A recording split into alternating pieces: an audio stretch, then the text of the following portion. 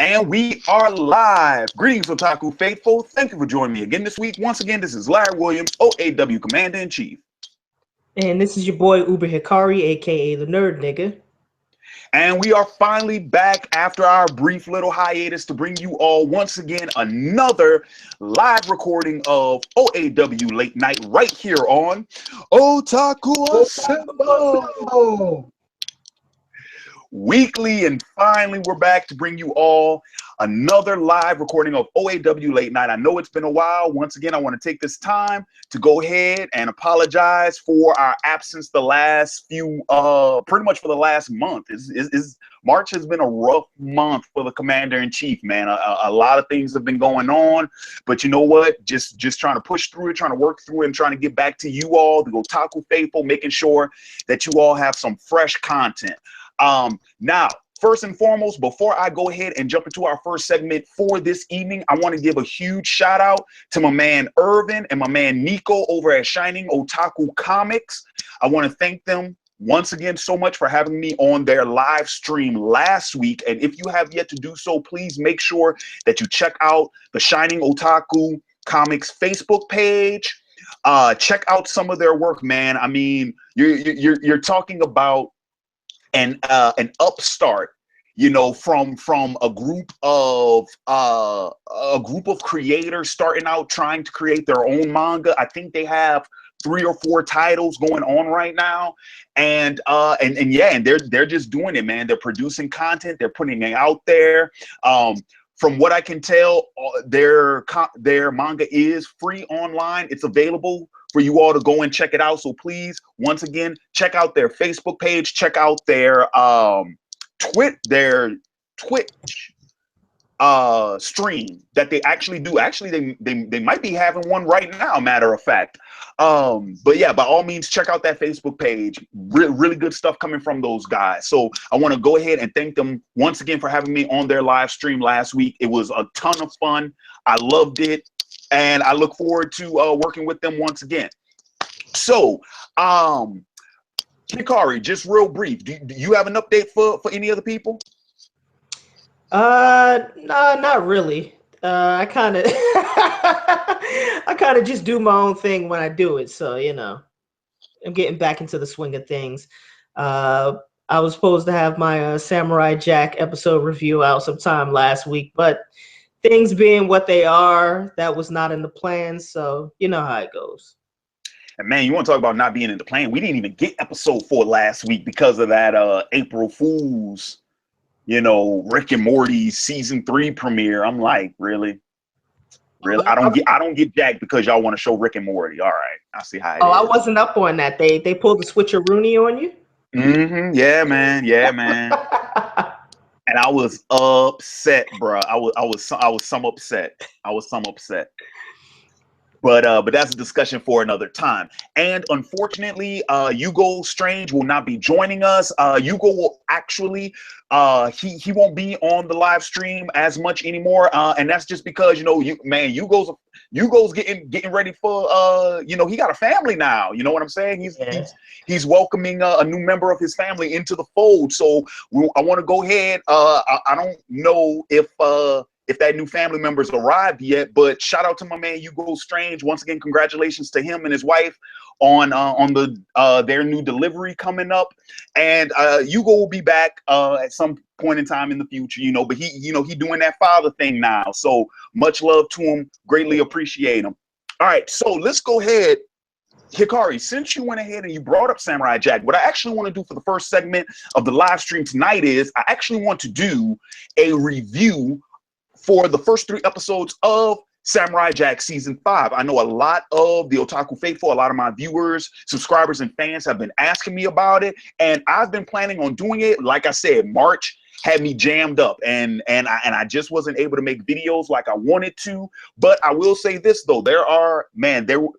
In hindsight, I can say, actually, it's probably a good thing that I did hold off on it, because off top, the one thing I've noticed, especially looking at those first 3 episodes of Samurai Jack Season 5, it's not episodic. It's not episodic like what we're accustomed to with this series. It's actually, you could look at those first 3 episodes as one long episode, as, you know, an hour and a half sort of episode. So with that being said, I think that I don't really think I missed out on much not tackling it, you know, each individual episode at a time. But I thought, especially, you know, Hikari, since I got you on board, and I know that you've already been reviewing, I think you reviewed the first 2 episodes already.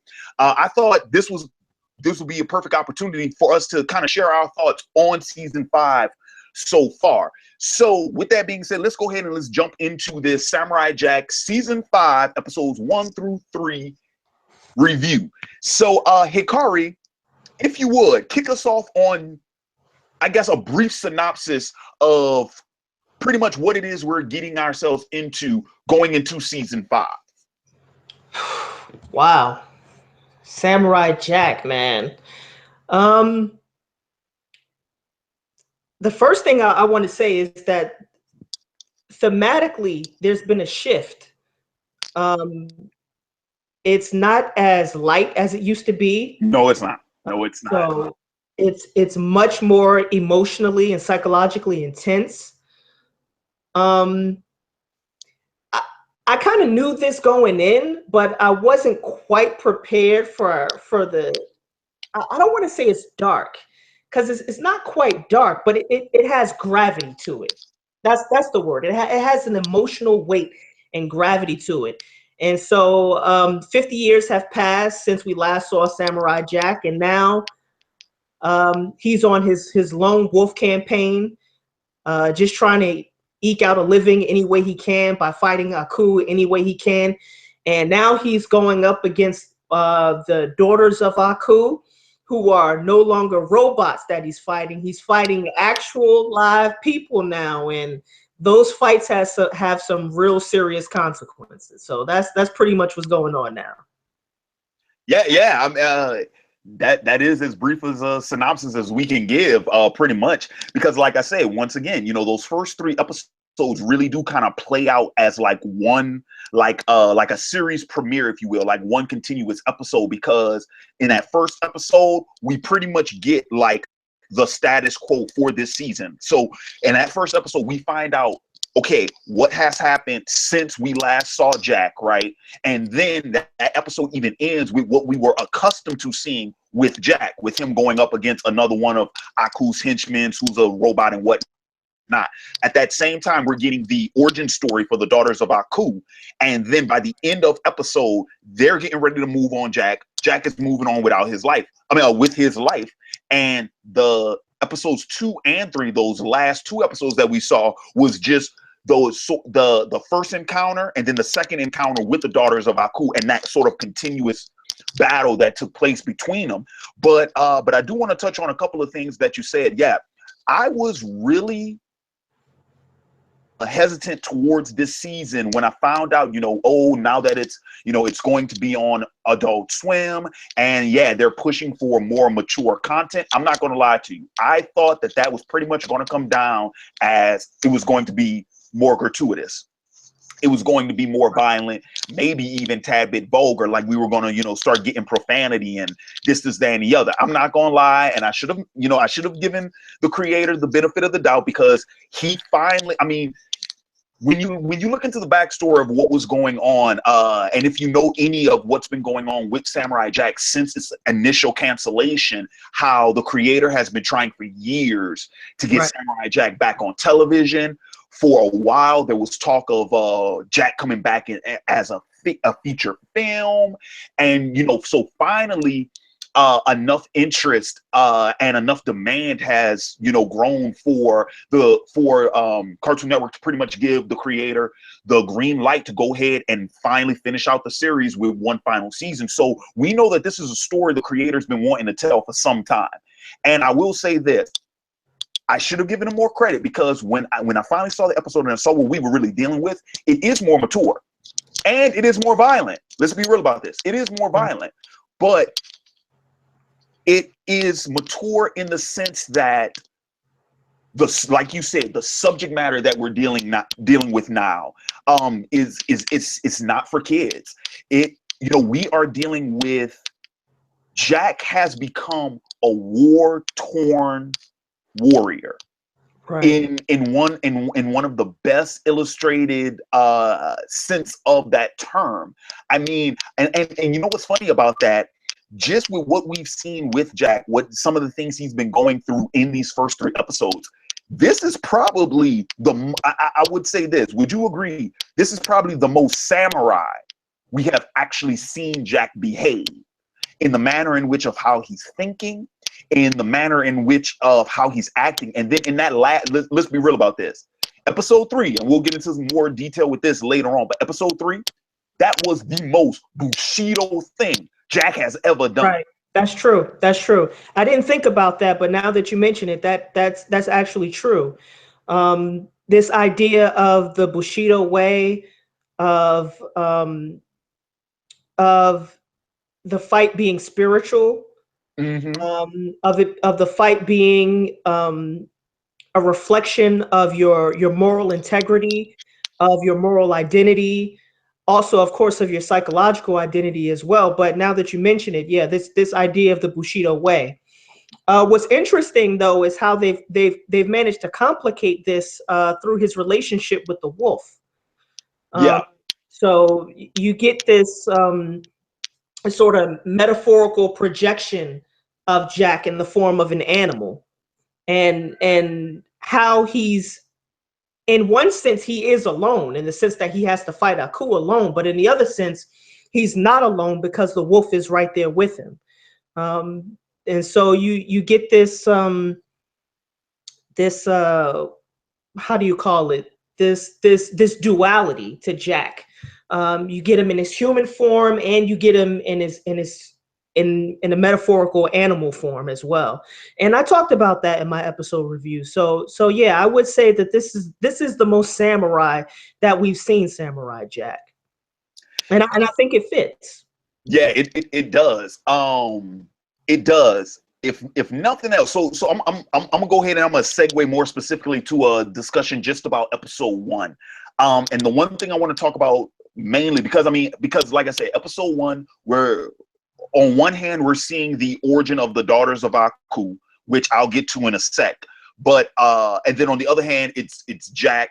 We're introduced to him 50 years later. He hasn't aged. He no longer has the sword. And so, he's still continuing his crusade against Aku. He runs up against one of Aku's robotic henchmen, who and you know what? I liked around briefly. I do like how much of a character that henchman was. And I'm like, okay, this is more along the lines of what we originally, are accustomed to with Samurai Jack, because these iconic sort of villain of the weeks, villain of the week, if you will. But the one thing I do want to touch upon, the first specific thing I want to talk about in terms of issue 1 is that not only do we find out, what has happened since we last saw Jack, but we don't know entirely what has happened, but we just know enough that, okay, this is where Jack is at this point in time in the story.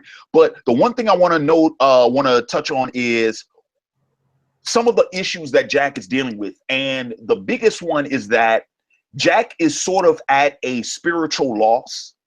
And the reason for that is because, like, Jack has become haunted by the memory of his father and the memory of his people. And it's because 50 years have passed by now, and he still hasn't been able to defeat Aku. He still hasn't been able to return to the past and to liberate his people. Because remember Jack's backstory.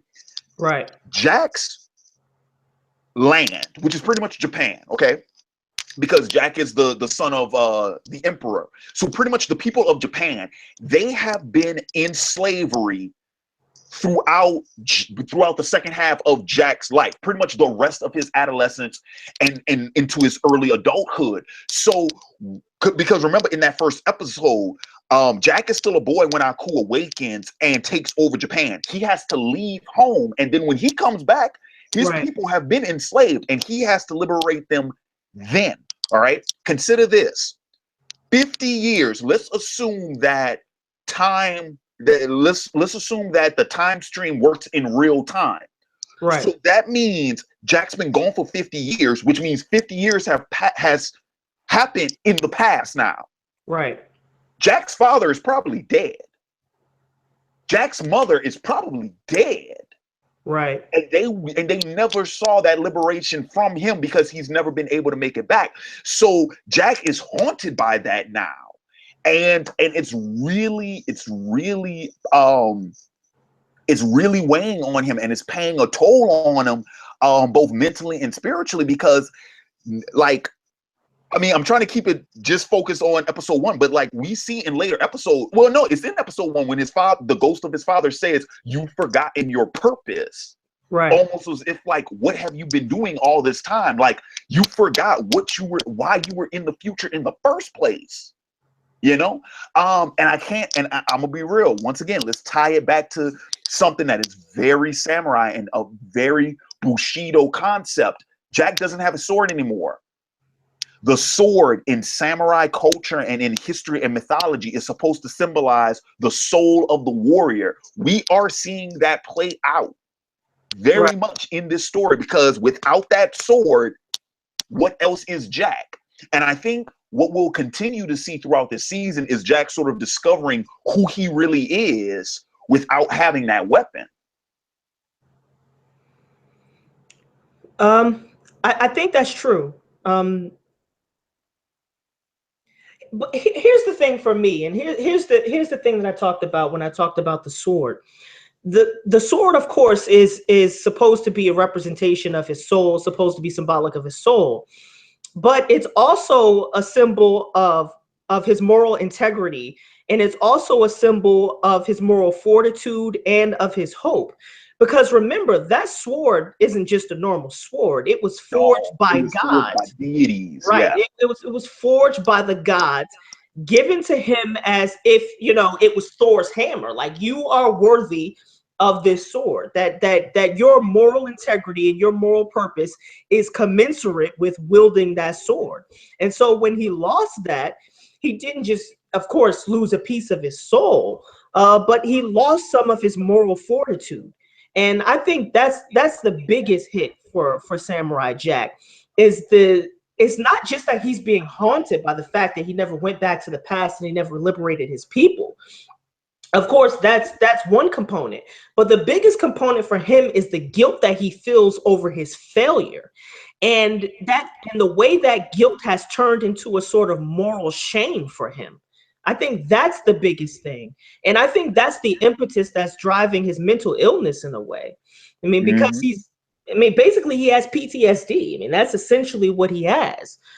He has PTSD driven by his moral shame over his moral failures. Yeah. So yeah. And that's and I mean, even the way Jack is operating, I mean, dude, it's really interesting to see. But think about it. The way Jack, you know, the way he's feeling, you know, the way, you know, what he's thinking, the way he's behaving. Consider this. He is sounding very much like a 60, 70 something year old warrior, except he's stuck in the body of a young man because he still has his youth. But mentally, he is a like 70-year-old warrior who's been doing this his entire life. Right. So now on the opposite end of that, I want to bring up the Daughters of Aku, because what's interesting about this, and I don't know why I didn't expect this, but it makes total sense. Now, the Daughters of Aku, they're real interesting because they are, I mean, let's be honest, they're pretty much ninjas for all intent and purpose. But consider this too. They are born, bred, raised, and trained to be the living killing tools of Aku, living weapons of Aku. But consider this too. We have now gone to a time in which not only is Aku ruler of the universe, but now he has even become a deity somewhat in his own right, because the Daughters of Aku are a cult. Exactly. I said the same thing. Like, this is some sort of weird occult shit going on. Yeah, they are a cult, and they are like serving Aku as if he is a god. And what's funny about that is, consider this. Despite how far into the future Jack has gone, have we ever seen Jack go up against any adversaries that illustrate that they grew up in the age of Aku, in the time of Aku? Has that ever been illustrated as well as it has been with the daughters of Aku? No, I don't think so. I can't remember any off the top of my head. Because it seems like in the originals, in the first 4 seasons, it's like, oh, yeah, certainly Aku has all of these disciples, and he has, aliens that he has treaties with, former slaves that he's conquered that does his bidding, assassins and hitmen and all this type of jazz. But all of those characters had to have grown up with Aku as, the shogun of sorrow. He's been the top dog throughout their entire life, but we've never seen an antagonist who have like grown up with this sense that, oh, of course Aku is the end all, the alpha, the omega. Yeah, of course. Like, you don't pray to Aku? What? I know. You know what this reminds me of? It would be like being born and raised in North Korea. Right? Where you think like Kim Jong-un is like some deity or something. Right, yeah. But it's crazy because I'm curious from a narrative standpoint, why is it that now we are being introduced to these sort of characters? And let me specify what I mean. So as we mentioned before, we know that the main reason why we didn't really get characters like this in the original series was because it was a kid's show. And let's face it, because this is one of the things the creator even talked about when he did an interview after that first trailer came out, actually it was the first screenshot where you saw blood on Jack. And he was like, yeah, now Jack's not, slicing through robots where oil is being splattered over him. No, now like that is real blood, living blood. So I understand from a creative standpoint, from a conceptual standpoint, why we haven't been getting these living adversaries for Jack to cut down before now. And let's be real about this. That is such a huge, like that's shocking imagery. Episode 3 is a shocking episode, especially if you grew up with this series, okay? Because let's face it, when this show first aired in 2001, right? 16 years ago, okay? For the majority of us, we were either adolescents or in the tween phase, or for some of my old, for some of my older viewers, you might have been, teenagers. I was 12 when Samurai Jack first came out, all right? So the thing is, it's like having that series mature to that. I mean, you can't help, look, we sat here and we talked about how some of Jack's hope and, some of, his purpose and stuff like that has been lost by the time we get to season 5. Dude, let's be real about this. Some of our innocence went out the window with the end of episode 2. It was like, whoa, Jack just decapitated that chick and that wasn't a robot. And for him to see that and how it like, whoa, that was a living thing. So my question to you is, Hikari, what do we have yet to get a narrative explanation for why now? Okay, we know what the conceptual reason is. What do you think the narrative, the story itself will dictate? Oh, Jack hasn't run across something like this before until now. Why do you think that might potentially be? I think the reason is because there are different forms of power. So one form of power is the direct application of force, right? You subjugate somebody, you enslave them, you beat them up, you kill them, you do what you want with them physically. But there are other forms of social power as well. And one form of social power is through culture. And one of the most powerful forces of culture is religion. And so when we think about what it means to grow up in a world of Aku, for these people to basically praise him as a deity, they have created this religious or cultural edifice that now gives the story more force, right? at the beginning of the story, Aku comes along, he enslaves a bunch of people, but these people know what it's like to grow up in a world that doesn't have Aku as the top dog. And so they have some access to a culture or some access to a tradition that does not involve Aku. But here we see that Aku is now all encompassing. It's not just about the direct application of force. It's about the very mores of society, the very customs and cultural traditions of society that are now Aku. And so it's basically spread through the world like a virus.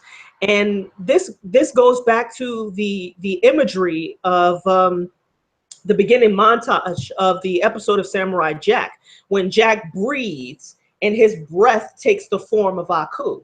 So now it's Aku has become this sort of living organism, this cultural organism. And so I think that's part of the narrative thrust of why we get these villains now who grew up in the world of Aku.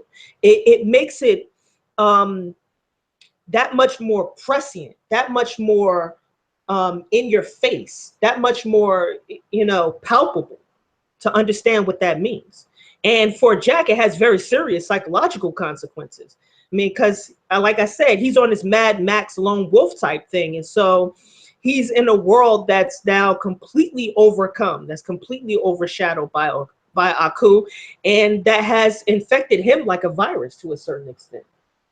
You know what, dude? And not that you think about it, because now it's starting, you know, kick up the old Samurai Jack nostalgia trip. Because, dude, now that I think about it, I have to retract something I said earlier. No, not every character in that original series did grow up under Aku's reign. Because hell, even the episode, you remember with the astronaut dogs, the alien dogs, like they even talk about when Aku took over. So yeah, see, that was the other thing too. It's like we still had characters in that original series who remember what life was like before Aku's reign.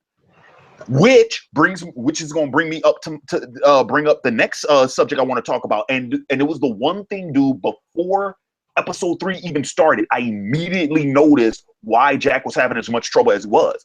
No comrades yet. We haven't seen any allies, with the exception of that wolf. Because I made this comment before episode, like at the beginning of episode 3, before the wolf showed up. But I'm like, man, Jack does not have any allies, and we haven't seen any, and we haven't heard him talk about any. So it's like, yeah, I mean, he's as isolated as he's ever been before. You know what I mean? But I do like that the first ally we get for him in this series came from nature.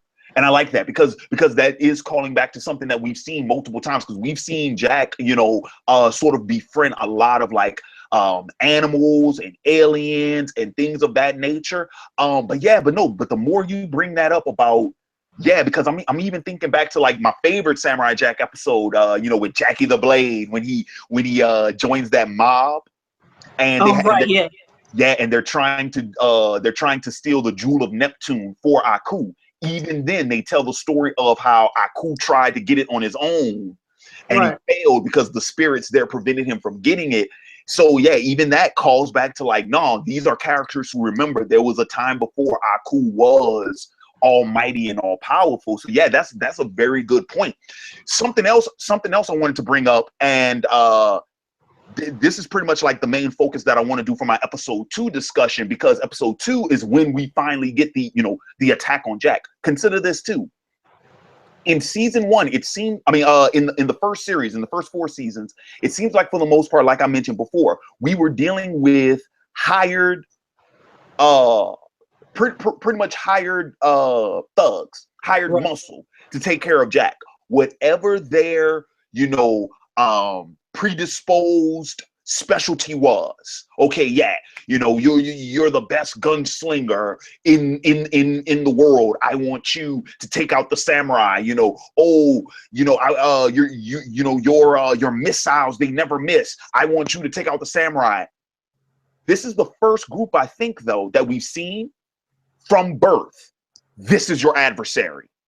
Right. This is who he is, and you have to be better than him. This is what he does: martial arts, swordsmanship, archery. And you have to be better than him at each and every one of these things. So these are probably the daughters of Aku are probably the first antagonists that we've seen from Jump Street.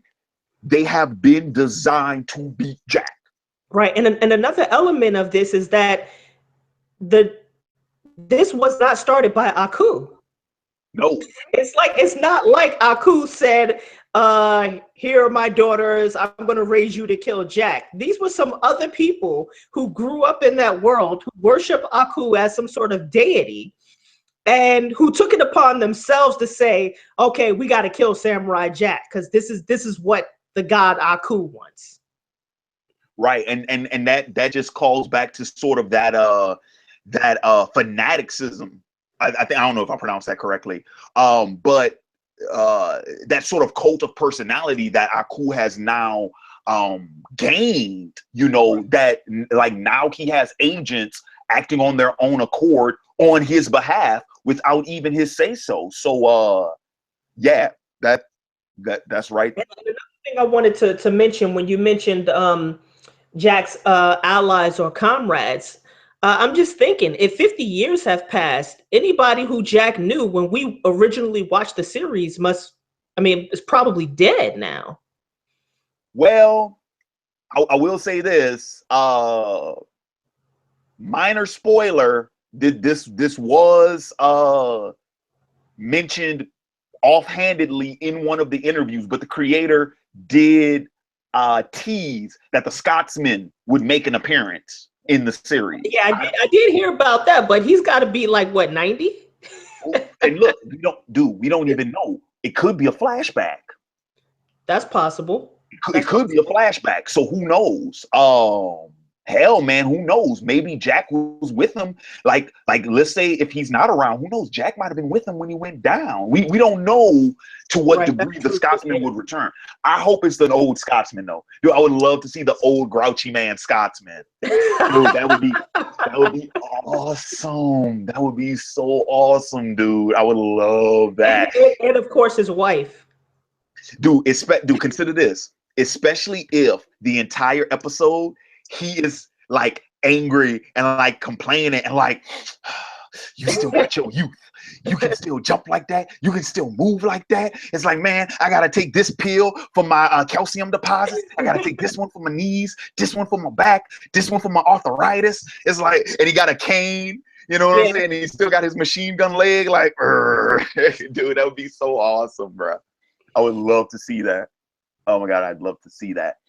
So finally, the last thing I want to touch upon with our Samurai Jack episode reviews, pretty much, I want to close out on where we leave Jack at the end of episode 3, because episode 3 picks up where episode 2 left off, where Jack is pretty much wounded after the battle in episode 2, and then, like we said, he meets up with the wolf, who pretty much heals with him, because throughout episode 2 we see that wolf get into a very violent and graphic encounter of its own with what was it that it was fighting, like a giant lizard, right?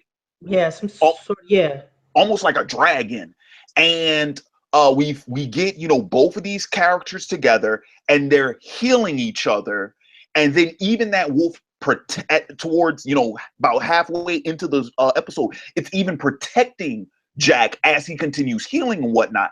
But what I want to touch upon is the place that Jack arrives at, where he finally, he's going back over that fight, he's thinking about that encounter, and then he finally says, you know what, no, it's okay, or at least I can accept what it is I have to do, being able to take these people's lives for what my greater purpose is. And how Jack got to that, I want to touch on. Right. Well, like I said in my episode review, well, first of all, like I always say, fights and narratives, conflicts and narratives are never about just the physical confrontations. They're always about the deeper ideological conflicts that the narrative raises. And once you get to the point, and this applies in both fiction and in real life, once you get to the point where you have to physically fight someone because of differences in your beliefs, then you have to be prepared for the moral consequences of those actions. And you have to be prepared to deal with whatever the logical consequences of that action might be, whether it results in your death or in the death of the other person. And so when you have a person like Jack, who's in a situation where people are trying to kill him, you can't, shirk your responsibility to follow through with what those consequences will be.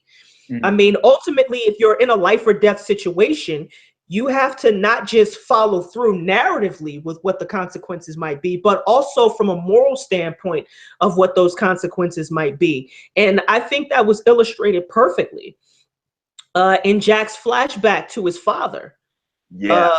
where he says, once you get to that point where you have to kill somebody, you have to be prepared to follow through with your beliefs. And that was very powerful. And I know you said that you were reticent to see, the maybe the dark direction that this was going in, and maybe you thought that the violence might be gratuitous. But the violence of the situation is perfectly appropriate Right. to the moral gravity of the situation, I think. Yeah, and that's, once again, that's another credit I have to give the show, because it goes back to that original comment, how it is more mature, but it's not just mature because of what we're seeing. It's also what we're seeing in terms of the violence, but even, the narrative from every standpoint is more mature. And it makes sense because we're dealing with an older Jack. We're dealing with an older Jack. We're dealing with a more desolate world. We're dealing with a more hopeless situation.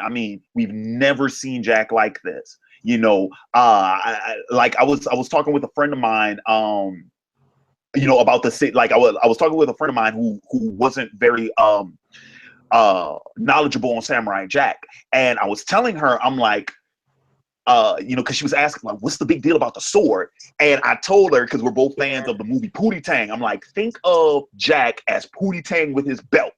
Like, Jack, didn't matter what he was up against, he could kick anybody's ass with that sword. Just like how Pootie can kick anybody's ass with that belt.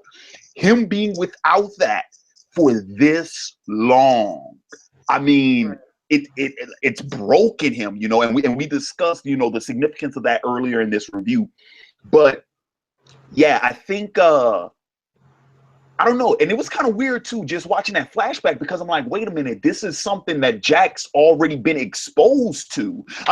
Like, even with that encounter that he saw when his father, defeated those bandits, like the blood splattered on his face. Like, Jack was exposed to this at a young age. So why is it that, it was so startling to him, when he committed it himself? And I think, like we said, he's never been pushed to that. Right. He's never been pushed to that. And let's be honest about this. I think even if Jack didn't know that the daughters of Aku were flesh and blood, I think if he knew that, he would have still tried to find a way not to kill them, if he knew that up front when he first encountered them. I think that after that blow was struck, like I said, it was a full-blown measure of accountability on Jack's part to be able to see that through, because let's be real here, he probably could have kept running if he really tried. If he really tried. Could have. You know what this reminds me of? This reminds me of Trigun, Vash the Stampede. Remember when he has the gun, and I forget the girl's name. I think it's Merle. She tried to hold his gun and pull the trigger, and she couldn't. Right. Said, damn, why is this trigger so hard to pull? And Vash was like, well, that's the weight of a human life. So anytime you pull that trigger, you better be prepared to understand fully what that weight means. Yeah, absolutely. Yeah. So, man, and like I said, that once again, that is such a samurai concept, that even, going back to the samurai, as a people and as a culture, even then, like, they did not. I think we do a lot of romanticizing of the samurai. Of course. But killing for them, even though your job is do what you're told, serve, that's what you're supposed to do. Even then, though, it's like that life you take, there's still weight to it. Right. Same When I thing was for Kenshin. Yeah, I was about to bring that up, dude, because while I was watching that third episode, I kept thinking back to what Shijiro Hiko tells Kenshin in Samurai X Trust and Betrayal. He was like, when Kenshin's arguing with him that, we have to join, the fight, we have to, join the war, and he was like, go down there, brand yourself a murderer. Murder is the only art a swordsman can practice. No ornamental words can change that. You want to protect people with murder, you'll slaughter legions so that a few may live. He was like, long before you were born, my sword tore asunder the lives of men. Yes, they were wicked, but they were human beings first and foremost. And I couldn't help but remember that monologue watching that episode. But like I said, that's sort of the weight that Jack now has, on his shoulders. But let's be honest about this. He's always had that weight. Matter of fact, Jack's, and I'm not arguing whether or not Jack's in, right or wrong for, killing the daughters of Aku. I'm not arguing that whatsoever. What I'm saying is, I believe that Jack has arrived at that place and he's ready to move forward because the weight of those lives versus the weight of the lives of his people. Jack's been carrying that weight since the pilot. Right. So I think he is ready to accept that responsibility. It's just a matter of him realizing that himself. Right. And I think one of the things that this sort of narrative repositioning does is it really brings forth the tragic elements of the story in a way that was evident before, but it wasn't really as palpable. It wasn't really as visceral. Mm-hmm. And I think part of the monologue of Hiko Seijiro is that, look, every time somebody dies, it's a tragedy. Something has gone wrong. Mm-hmm. I mean, whenever violence is necessary to protect someone, to protect yourself, to destroy wicked, to destroy evil, no matter what it is, but whenever violence comes into the picture, something tragic has happened. Yeah. And we need to appreciate that tragedy from a moral standpoint. Yep. Couldn't have said it better myself, man. I mean, I could keep going, but I want to go ahead and I'm just gonna hold off on that, because we got a new Samurai Jack episode coming out tonight. So I mean, I'm gonna try to stay up and watch it. If not, I'll just DVR it. No biggie. But so with that being said, final thoughts on the first 3 episodes of Samurai Jack season 5. The writing is just excellent, man. I mean, I thought about this too. I mean, first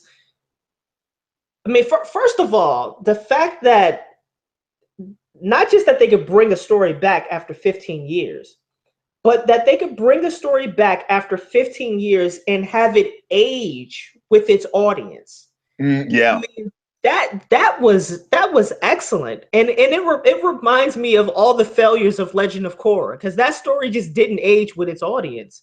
Yeah. But the way they brought Samurai Jack back, I mean, this 5th season that we're looking at, I mean, if the writing keeps up at the level that it's at, we could legitimately be talking about this as one of the best cartoons of all time. Yeah, yeah. I think it's well, I mean, many people consider that already just because, you know, it's Emmy award winning and, you know, the accolades that the previous seasons have earned. But I think this, I think, you know, I think it's really stepped its game up for this final season, you know, and I think we are seeing I can't help but love it because we're seeing it feels like a novel series, right? That we're finally getting to see the author finish. You know what I mean? And I mean, as crazy as, you know, television is, as crazy as that business is, to be able to see a creator finish it out with his vision. And I mean, at this point, I mean, I don't think he has any restraints because, you know, with being on Adult Swim, being at the programming block that it's on at the time that it is, I mean, we're not doing after school special anymore. You know, now we're free to tell this story, you know, as gritty as it needs to be. But once again, I think that's a credit to the material because it's not gritty and it's not dark for the sake of dark and gritty. It's dark and it's gritty because there's a story being told about that character and about his journey and about his progression and about his evolution. Right. And I'm really excited to be seeing it. Me too. Wow. So yeah, with that being said, that's going to go ahead and that's going to wrap up our Samurai Jack season 5 episodes 1 through 3 review. I want to go ahead and take this moment right now to thank you all for watching live, all 67 of our viewers watching live, and I want to go ahead and take this time to thank everybody watching this after the fact. I am currently planning to continue reviewing the series. Right now, I'm trying to figure out if I'll be able to do that on a weekly basis as episode reviews, or if I'll just do them in small story arcs, like pretty much how we got with those first 3 episodes. I think once the series gets to a more episodic standpoint, like it used to be, where each episode was an individual story, that would be more of a reason to do it on a weekly basis. But like I said, right now, I'm still planning that out, still working that out. But I do intend to continue reviewing the series. But I will update you all as to which format I decide to take in terms of my reviewing. Now, let's go ahead and let's segue over to our second segment of the night, and that is going to be the discussion of the week. Now, first and foremost, I want to go ahead and thank everybody who's been tuning into the discussion of the week. Thanks so much, everybody who's been watching that segment. I really appreciate it. And by all means, if you have a discussion topic that you want us to tackle in one of our future live streams, please feel free. Go. Actually, this is what I want. You know what? We're going to shake things up. This is what I want you guys to do.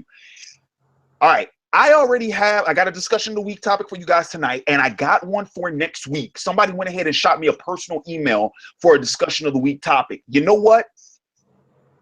Shoot me a personal email. If you got a discussion of the week topic, send it to me in a personal email, because I think we've been getting discussion of the week topics lost in the comment section of the live streams, because, you know, once the live stream archives, it doesn't archive the comments. I think there's been a lot of discussion of the week topic, good discussion of the week topics that's been getting lost with the technological, you know, mishaps and whatnot. So guys, shoot me. If you have a discussion of the week topic, shoot it to me in a personal email at otakuassemble@gmail.com. I don't want any more discussion topics being lost in the fray. So with that being said, this week's discussion of the week topic actually comes courtesy of my little sister. Shout out to you if you're watching. So I want to say about 3 weeks or so ago, my little sister went ahead and she hit me up with a rather interesting discussion topic. I feel like at some point in time, I had to have discussed this on the channel, and I probably have tackled it on several videos in the past. But it's pretty much this idea of the otaku stigma. So just briefly, I'm going to run down. I'm just going to go through the text message that my sister sent me. She says, well, I want everyone watching for this one, and I don't know how to title it yet. But basically, you know, there's like this stigma against people who are otaku. I'm sure you experienced it at some point in your life. Like, it's not the cool thing to most people, and a lot of people are into this stuff. A lot of people who are into this stuff are ashamed a lot of times and kind of hide that side of themselves, right? Well, I've noticed this picking on these kind of people more and more recently, and I don't care for it. So there could be some kind of positive discussion that says, hey, we get you guys, do not be ashamed. And she actually tagged me in a video, which I'm pretty sure some of my viewers, some of my subscribers have actually seen this video. I forget the gentleman's name, the young black video creator. He does these anime centric videos, and this one video is a video of him in his basement watching anime, and one by one his group of friends shows up and they're like, dude, what are you doing? It's like, I'm watching anime. And then they look at the screen and it'll be a clip from like Dragon Ball Z or Naruto or One Piece or something like that, and then they end up sitting down and watching it with them, and the whole thing. And you know, and it's pretty much like they come into his basement with this preconceived notion of what it is he's getting himself, what it is he's doing. But then once they actually see the material for themselves, they get invested in it and they get caught up in watching it. Now my sister also sent me screenshots of some comments that she's seen online, and she says, okay, so something like these would be negative. So she's sending me some of these comments that read, I'm totally the last guy, XD, unless someone mentions they like anime. I won't say explicit, LOL, or I'll slowly find out their interests. And if it seems like they would like anime, so I'll casually mention a Miyazaki movie to watch. And if they say they love Miyazaki, then they mostly like anime. Okay, so that's a comment with someone saying like, yeah, they don't openly share that they like it unless they know that the person that they're talking to, they're engaging with, is also interested in it as well. And then another one of these say, don't get how you watch this stuff. Don't mind for 2-3 hours, but when you watch it for all that with focus, I'm assuming they mean all day because the T is right next to the Y on the QWERTY keyboard. And then they said, wow, that, I guess they mean all day. Okay. With focus and passion, like you would be answering a questionnaire later on it. Okay. So this is a comment pretty much chastising somebody for like, why are you watching it with so much focus? Like you're going to be quizzed on it later or something like that. Okay. And then finally, she sends me a screenshot of a comment that is more positive. It's true, my brother don't really likes anime. Whenever I talk about anime, he says that I am stupid. But one day I showed him an episode of Tokyo Ghoul, and guess what? He became an otaku and watched the whole series and asked me if there are any other good animes. So pretty much what the whole topic boils down to is how even in this day and age, which kind of surprises me because we're living in a time where geek culture is at the forefront of popular culture. Like we now live in a time where it's actually the cool, like I don't get how it's not the cool thing to be considered a geek, but I guess an otaku specifically, and that pertaining more specifically to Japanese culture, you know, fans of anime and manga, maybe even fans of like J-pop and K-pop and stuff like that. I guess even in 2017, and otaku, it's still a niche community by and large, even within geekdom itself. So Hikari, first and foremost, give me your thoughts on this sort of stigma of the term otaku. You know, it's interesting because I've never experienced any stigma associated with being an otaku. I mean, by the time I realized what anime and manga was, I was already 18 years old. And of course I knew about like Dragon Ball Z, and I mean, you couldn't be a geek if you watched Dragon Ball Z. That was the cool thing to do. Like everybody was watching Dragon Ball Z. I remember. We had the Dragon Ball Z trading cards, and just everything was Dragon Ball Z. I didn't know at the time that was anime, but that was just a cool thing to do. But by the time I realized that this was a Japanese art form and that there was this thing called anime and that there was this thing called manga and that there were different like subgenres, I was already 18 years old. Like I didn't know what Naruto was until like the summer between my senior year of high school and my freshman year of college. Like that's when YouTube, I know it sounds crazy to say that's when YouTube first really became big, but yeah, that was like I feel so old now, man. I'm about to be 28, and like to say that this was 10 years ago, yeah. So I didn't watch Naruto until I was like 18 years old, and I watched Naruto on YouTube. That's when like YouTube, they still had all the full episodes. Like at the time, I didn't even know what filler was. I'm probably the only one who watched every episode of the Naruto filler because I thought it was canon.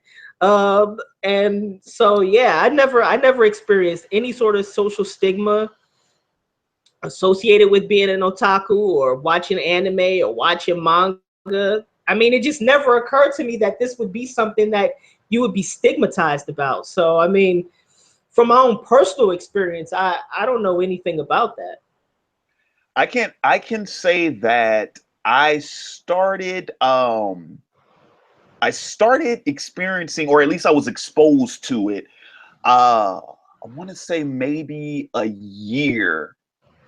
a year into my channel. And the main reason for that was because of the name, because the name of the channel is Otaku Assemble. And I didn't even know that otaku was a derogatory term until like somebody messaged me or left a comment or something like that on my channel talking about like, why did you name your channel that? Oh, and then somebody linked an article.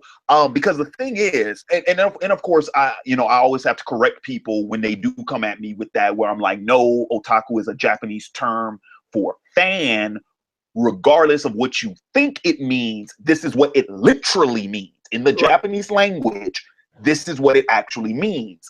And my channel is called Otaku Assemble because it means fans and then coming together, which is why I have that slogan on the YouTube page where, it says, welcome to Otaku Assemble, where fans come together. That was the whole point, that the channel was supposed to be a hub for fans. And yes, it did start out predominantly anime and manga related, but once again, when I learned what that term actually meant, I'm like, no, this includes this pretty much includes anybody can be an otaku, because there are different types of otaku. There are sports otakus.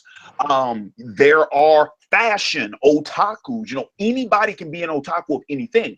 Now, yeah, granted, my channel is very much geek centric. So yes, I do refer to otaku in somewhat of the stereotypical association with the term. Like, yes, fans of anime and manga, geeks, people who like video games, RPGs and stuff like that. Yeah, that is, what I had in mind when I created the channel, because the first time I was introduced to the term of otaku, my friend told me that, oh, it's somebody who likes, anime and manga and stuff like that. I'm like, oh, cool. I didn't know there was a term for that. Sweet.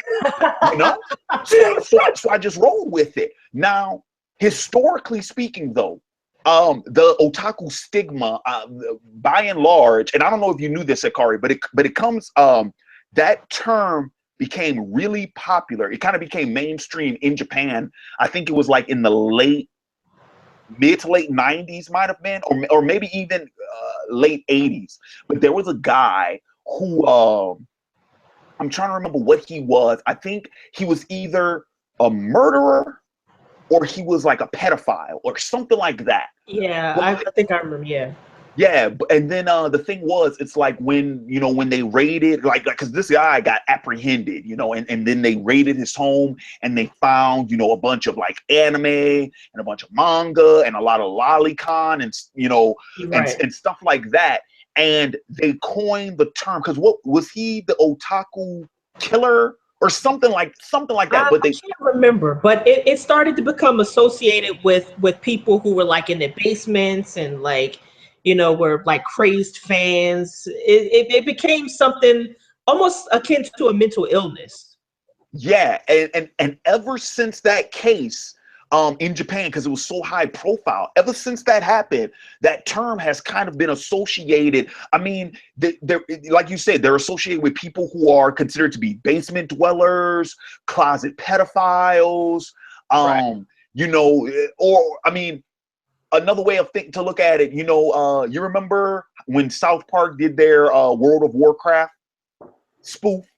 And Right. there was the guy who was like, oh, who's this player that's beating us like this? And it's like, oh, it has to be somebody with no life. And it's the picture of the fat guy Right. Yeah. with the Cheetos on his mouth, and he's in his basement, and he's just, So yeah, that sort of like lifeless, grown, closet pervert, obsessed fanboy thing. Yeah, that's kind of what that term has been associated with in Japan. And it is derogatory because when I went ahead and did my research on it and stuff like that, I found out that the term otaku in Japan is actually thrown around the same way we throw around the term nerd, or at least the way we used to. Because here's the thing, geek has become chic. Geek is in. That's why everybody refers to themselves as geek. But nobody uses the term nerd. Right. And that's because here, in America and in a lot of Western countries, we still think of nerd as a derogatory word. Yeah. I'm probably the only one who refers to himself as a nerd. Right. So, well, I know a few people, and they don't really care. But the thing is, so it's like, yeah, otaku is used like that in Japan. That being said, I've never had a problem with the term. And if nothing else, like after I learned that about, like that's the history of that term and whatnot, that made me want to use it all the more. Why? Because I do not like the idea that because of one bad example, all of a sudden an entire word is Right. demonized. An entire, Right. and then here's the thing: even the legend that has built around the schematic concept of what an otaku is supposed to be. No, I don't. I think the vast majority of people who consider themselves otaku don't even subscribe to that notion. Right. Why? I think most people don't even. I mean, I never use the word otaku to refer to myself, and I think you're really the only person I know who uses the term that way. I mean, of course, like if you get deep into the culture, some people will refer to themselves as otaku, but for the most part, I had never even really heard of the term being used that way until I ran across your channel. And I think another reason why, I mean, of course, the word has been removed to a certain extent from its cultural context. In Japan, it means something different than it means in America. That's true too. But for me, by the time I got around to watching anime and manga, like I said, I was already in college, and at the time, I was going through this sort of transformation in myself as a writer. And that's around the time that I became a really, really good writer. Right when I got to be a freshman in college, I really started to become very, very analytical in the way I looked at literature and the way I looked at cartoons and movies and stuff like that. And so the stronger my fascination with anime and manga got, the stronger my sense that it was an art form to be respected got. I mean, like I said, the reason why I started my channel was because I figured, you know, the same rhetorical techniques that you use on Shakespeare or Toni Morrison, those are the same rhetorical techniques that I use to analyze anime and manga. And so to me, there was never any separation between what some people call high culture and what some people consider low culture. To me, they're deserving of our respect, and the same analysis that we would use for one, we should also use for the other. And so that's another reason why the stigma never really manifested for me, because for me as a somebody who's analytical, as somebody whose, you know, job it is to analyze literature, I just respect the art form, and so there was no stigma associated with it for me. Yeah, and I will say this, pretty much to segue over to the main crux of the issue, and that is the manner in which people are treated. People who are fans of anime and manga and things of that nature. I mean, for me, look, I've dealt with this my entire life because I've been a geek my entire life. Not only have I been a geek my entire life, but I've been a geek in the Black community my entire life. So, Right, you yeah. know, even, I mean, now here's the thing. I was fortunate enough, you know, when I was like, you know, in early adolescence, elementary school, middle school, things like that, where it's like, no, like you said, anime was the cool thing, you know. Oh, DBZ was cool, Pokemon was cool, Digimon was cool, you know what I mean? So I was fortunate enough to be in that. Oh, and then of course I was a huge wrestling fan when I was little too. So it was like, oh, you know, wrestling's cool. You know what I'm saying? But the thing was, you know, I was also fortunate enough to know I was like, my interests were so vast that I could pretty fit in just about anywhere, you know. And this became very apparent by the time I got to middle school, because even though I had my core group of friends who very much like me, our interests that was very vast. You know, it wasn't just all, you know, anime, manga, cartoon comics and stuff like that. Like, no, I could go to any group. I could go chop it up with the jocks about football. You know what I'm saying? And I could spit football stats for them. You know what I'm saying? I could talk about, you know, oh man, did you see the Lakers game last night? You know what? Because I was a Lakers fan back then. You know, I could go chop it up about the Lakers. I could go talk with the dudes standing on a corner talking about, hey man, you heard, because 50 had just came out back then. Yeah, Man, you heard 50's new track? I'm like, yeah, man, that was so sick. You know, and M guest starred on it. I was like, yeah, dude, and I could spit those lyrics verbatim. You know, so I was fortunate enough to where I had enough interest to where I could kind of, you know, carry on a conversation, you know, with anybody. But I will say this, by the time I got to high school was when that's, you know, the bullying, the hazing, that sort of thing. That's where I started experiencing it, you know, personally myself. But I did, and I will say this. I was kind of fortunate too, because like when I was a freshman, dude, I had a lot of friends who were seniors, and not too many people messed with a freshman who had a bunch of seniors as friends. So, right. so I was fortunate there, you know, because I had a lot of friends who were most of my friends were actually upperclassmen. So I had a lot of upperclassmen friends, and like I said, I had a lot of friends in different cliques. So I didn't really get messed with too much, but I also got really selective of who I deemed my friends in high school. And I went through my, you know, oh, I want to fit in with everybody phase. That lasted all of about a year. Dude, by my second semester junior year was straight up like, no, this is my crew. This is who I kick it with. And yeah, most of them were geeks. Most of them were what I would consider otaku. But you know what? I was cool with it. Why? Because I dude, some of my best friends I would describe like that.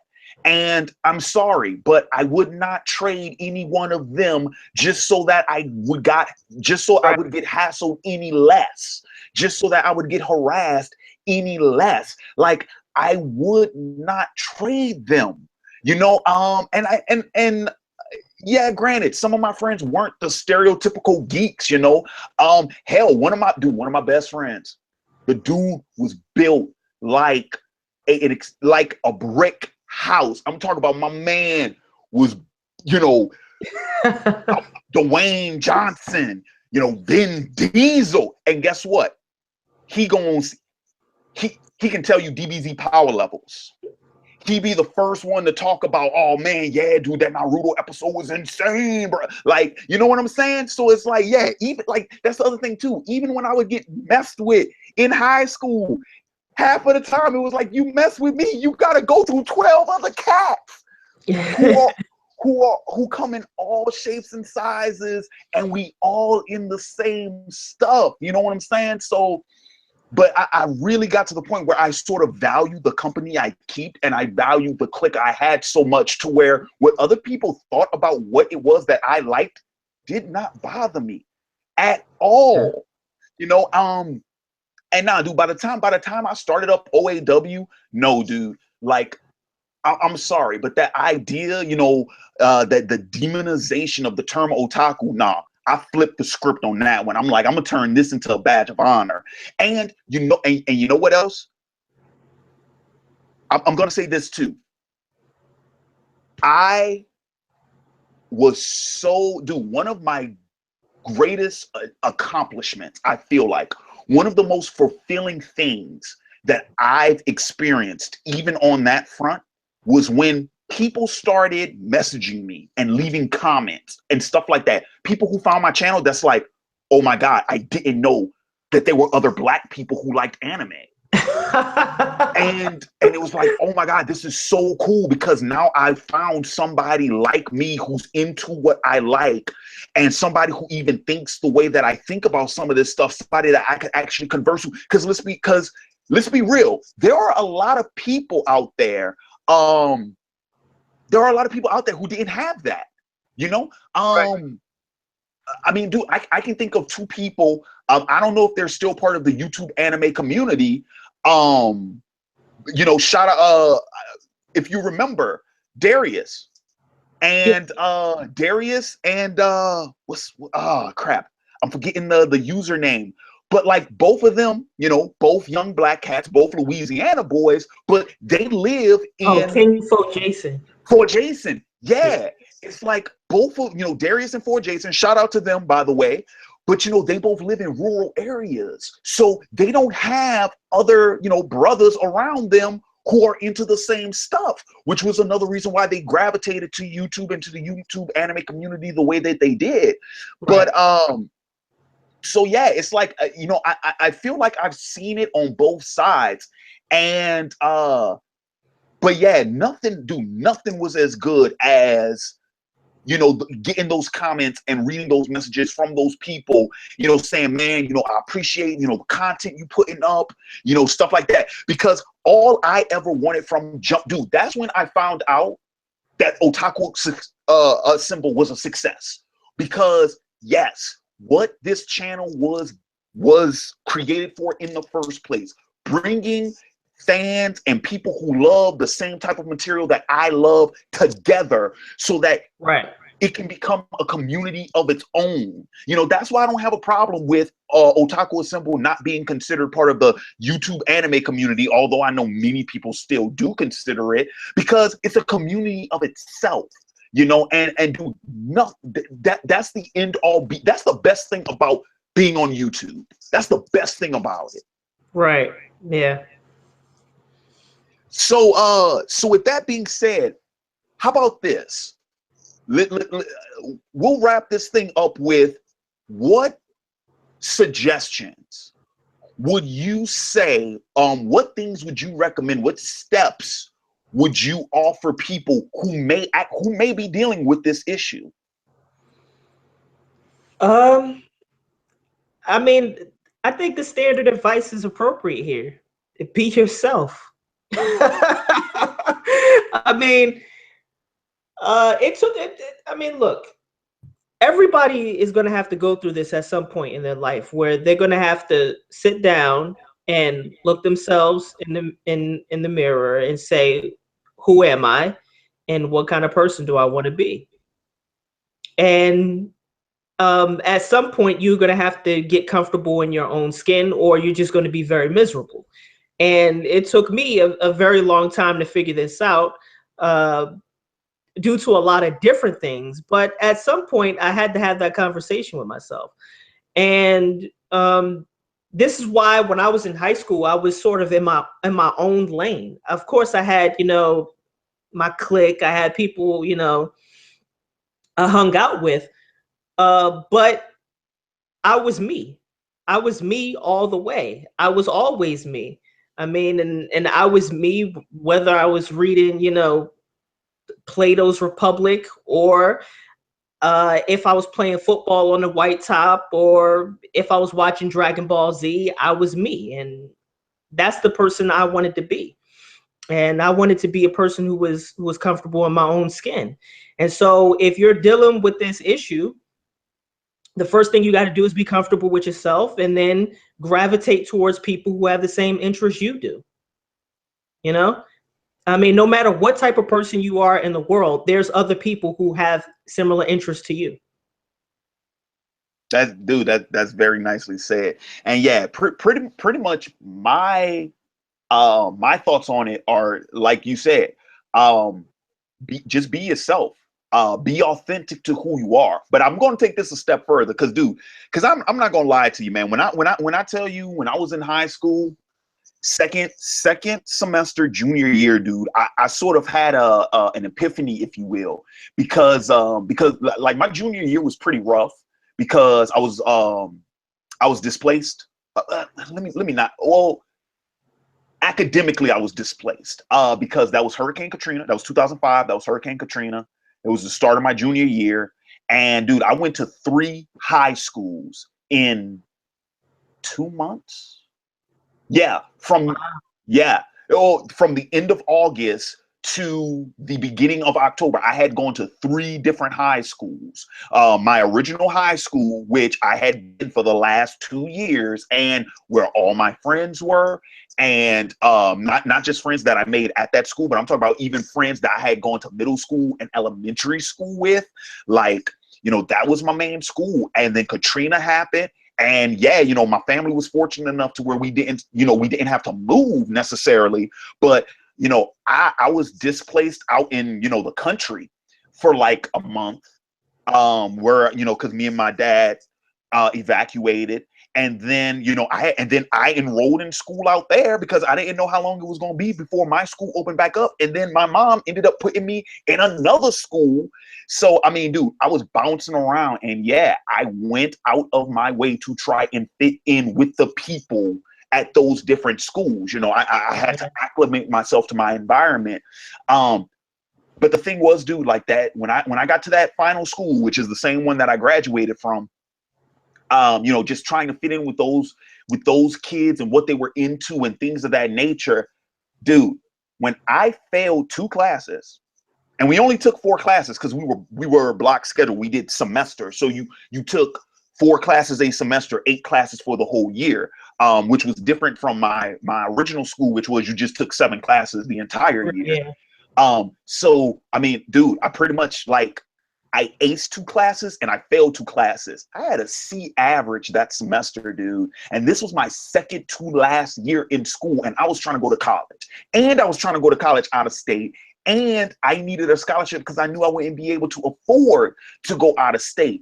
Dude, that woke me up. Not only that, dude, but also, I had finally realized this cold hard truth. And for anybody listening, I want y'all to hear me well when I say this, especially to my younger viewers.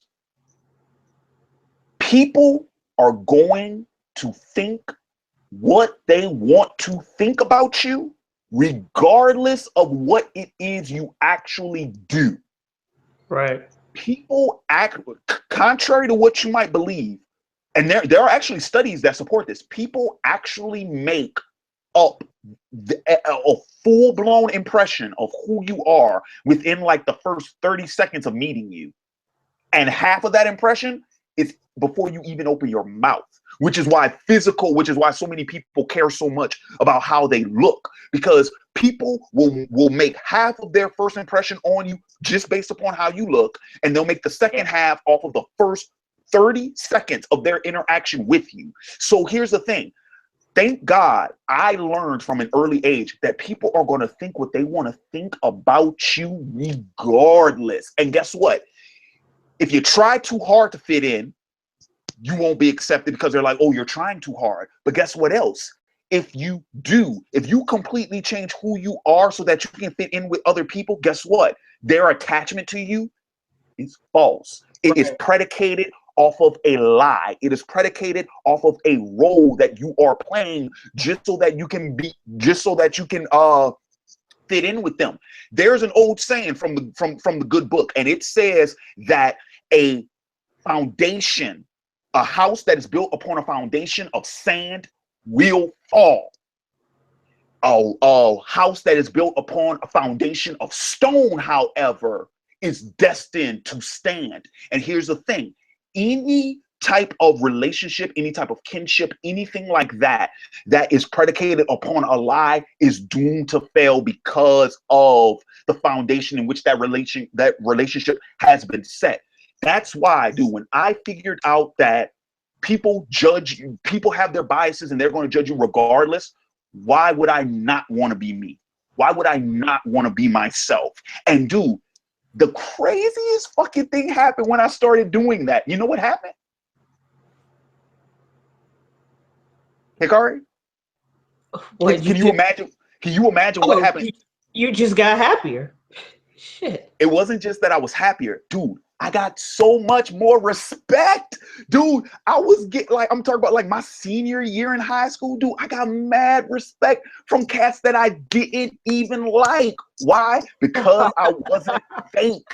You know what I'm saying? I mean, dude, I remember my freshman year in college, the first group, the first social group I ever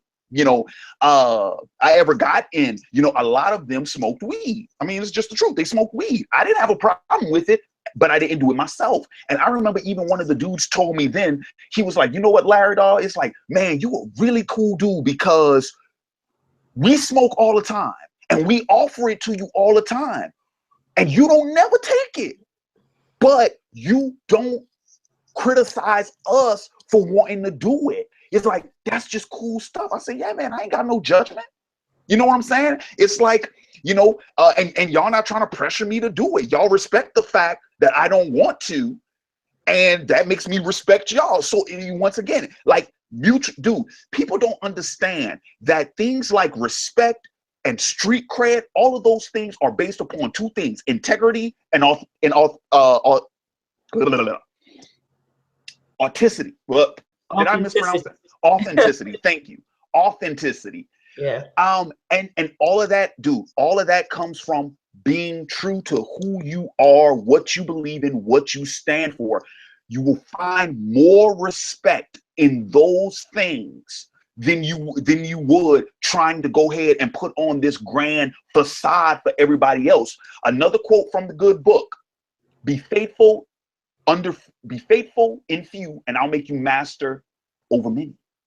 Be faithful under few, and I will make you master of many. That applies just to that. So that's why I want to say to anybody who's dealing with that right now, who cares what they think about who you are or what you like, or or what you define yourself as. Like I said, when I found out what the otaku stigma, when I found out about that, I was like, screw it. Banner waving, baby.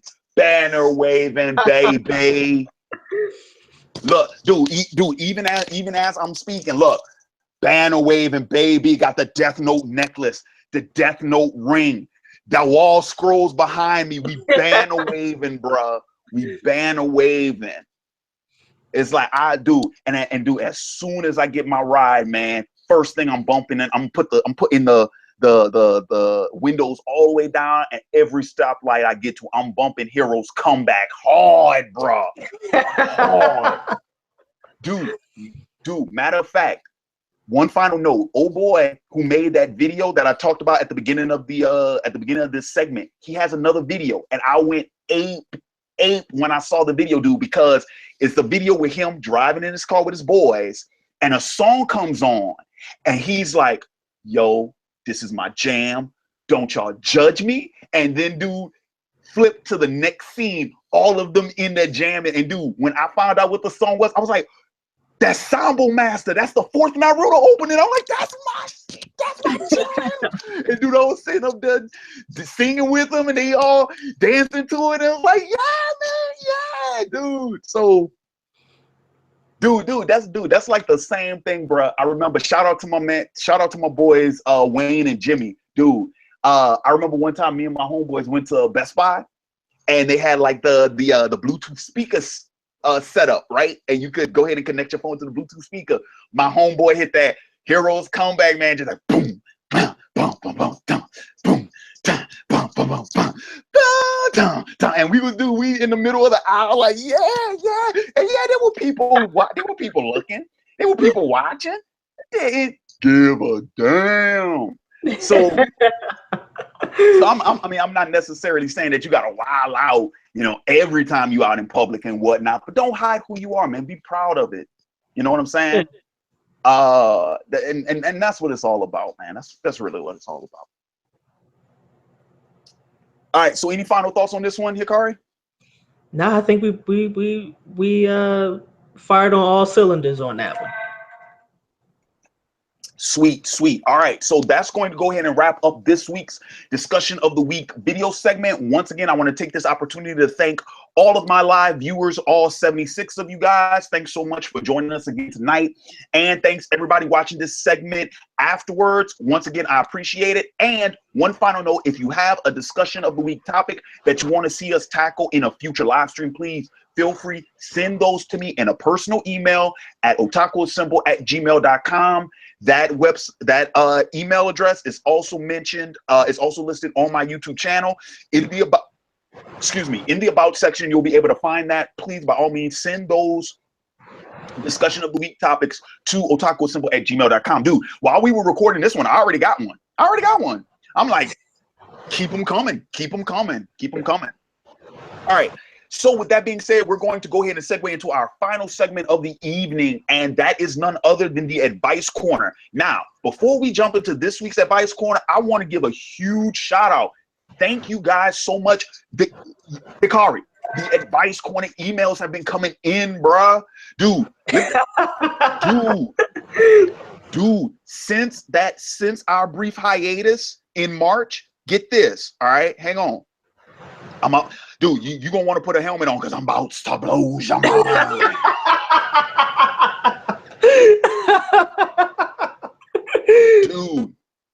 Dude, we got 4 Advice Corners already waiting for us. 4 of them. All right, let's do the damn thing then. Let's do it. All right, so first off, I do gotta apologize though, because the last time we did an Advice Corner, dude, I missed one.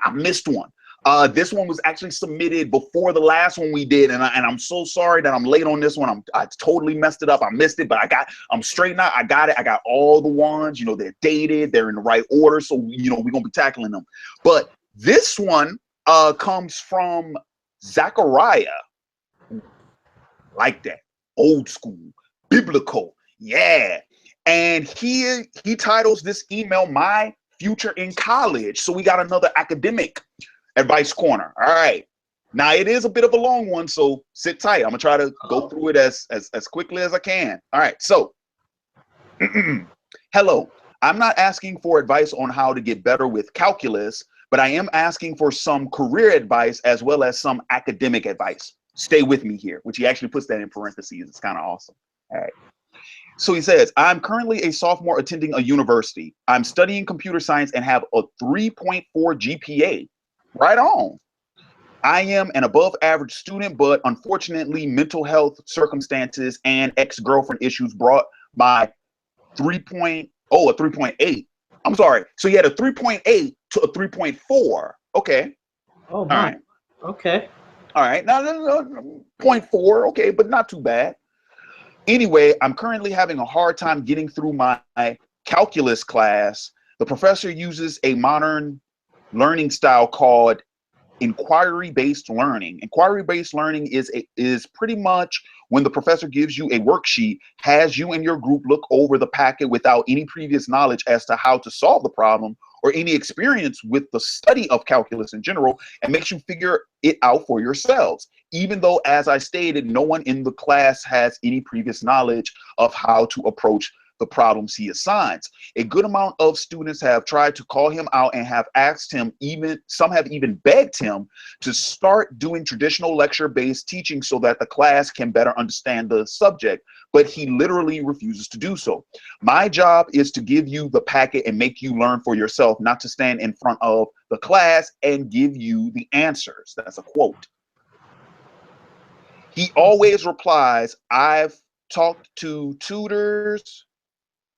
Okay, yeah, he always replies. Okay, I've talked to tutors, my parents, other students, and other math major, and they all agree that forcing people who are practically ignorant to the subject to learn by themselves while they are paying in order to be taught is counterproductive.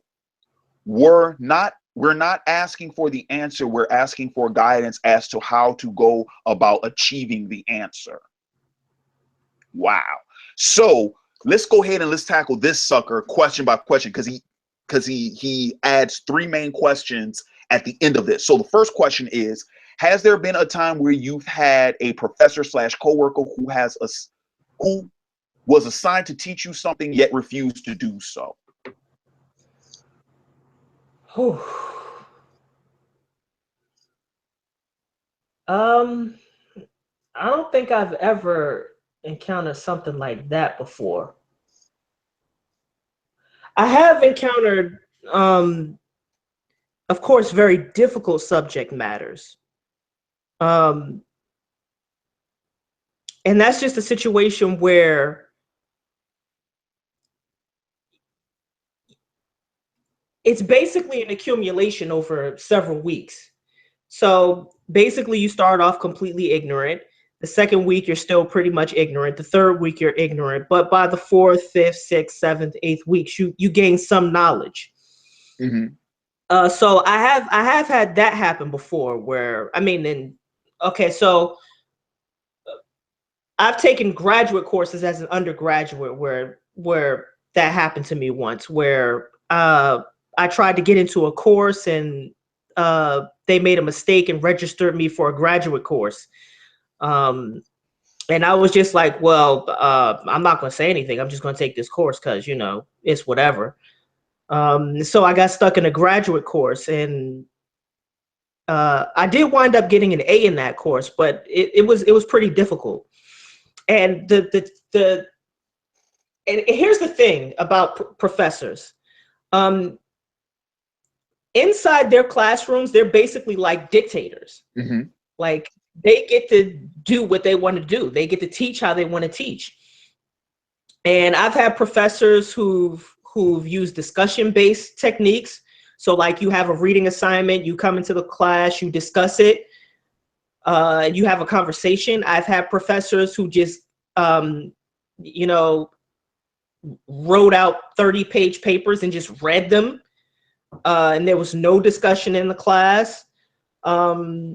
So I have to say, I've never quite encountered something like this, though, inquiry-based learning, where you're completely ignorant of a subject matter and somebody just gives you some problems and then you have to do the problems. I've never encountered that before, though. Yeah, that's a bit crazy, and I would even say as far as a bit extreme. Here's the other thing too, though.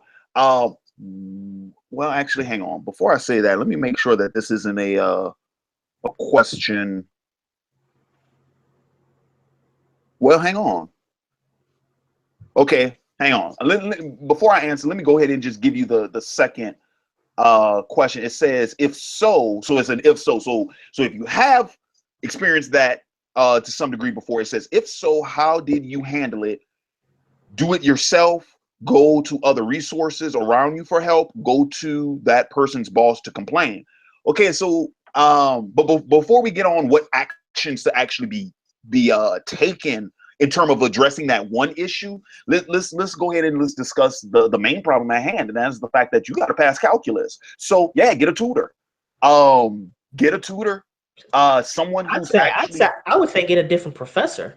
oh, okay, well, yeah, switch. Well, I mean, that's what I would do. I would drop the course and then take it next semester with a different professor. yeah, That's I mean, that is definitely a more immediate um thing. And like I said, I feel so bad because this email's from like mid-February. I mean, by now, you know, it's yeah. towards the end of the semester, school's almost over. But yeah, I mean, that is the one thing you definitely can do is just, you know, drop that course and, you know, take another professor. Um but I will say this, just in terms of like, if you were going to stick it out and if you're going to stay in that class, get a tutor. I think he mentioned like he tried going to a tutor before. I've talked to tutors, other people, all agreed, forcing people. Okay, so yeah, so he says he's gone to tutors and they've agreed that, yeah, no, it's wrong for that professor to go ahead and expect that of his students if he's not teaching the material. So yeah, so in terms of just passing that class, yeah, go get a tutor, switch professors, or hey, once again, you have one of the best resources at your fingertips. Go online and look for the answers. You know, there are plenty of websites that you can learn that teach you calculus like you're a dummy. That teach you, you know, calculus for dummies. Pretty much, there's plenty of websites that teach you how to do calculus if you have no clue whatsoever how to do it. Now, yeah, it might take a lot of time, but I mean, you can get the resources to do it on your own if that is your choice. Now, in terms of have I ever experienced that myself? Not really. Not really. I've never had a teacher that was that difficult. I Uh, never heard of something like that. yeah. I've never had one that was that difficult.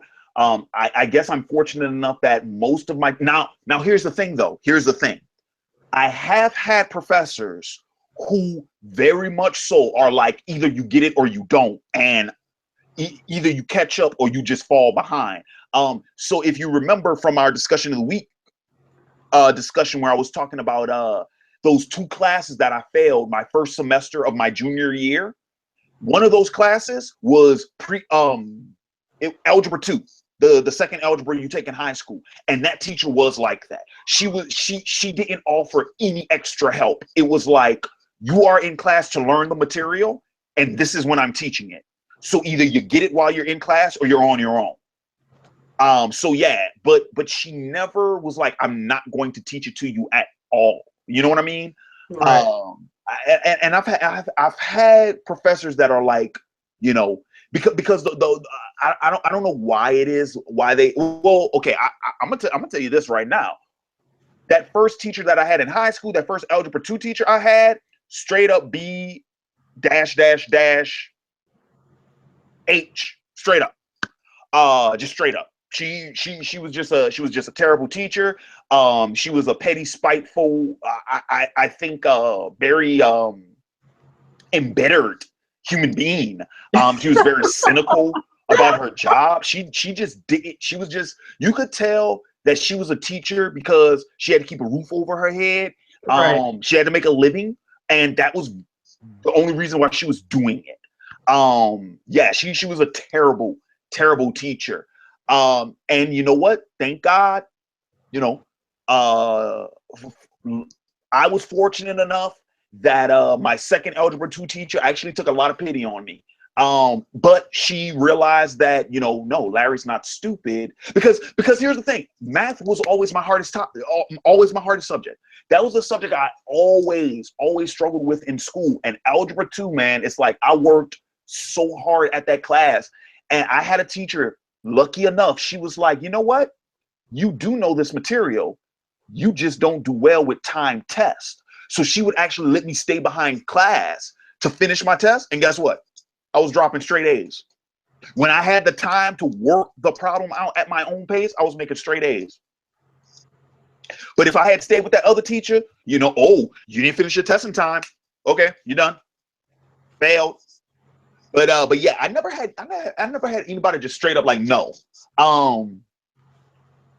That being said, though, let's go. Let's just go ahead and segue straight into that second question. I mean, we did tackle it to some degree, but there's another solution that I do want to bring up. Here's the thing, dude. You're in college. Last I checked, all professors at a university, especially if it's a 4-year, they have to get advised by their students.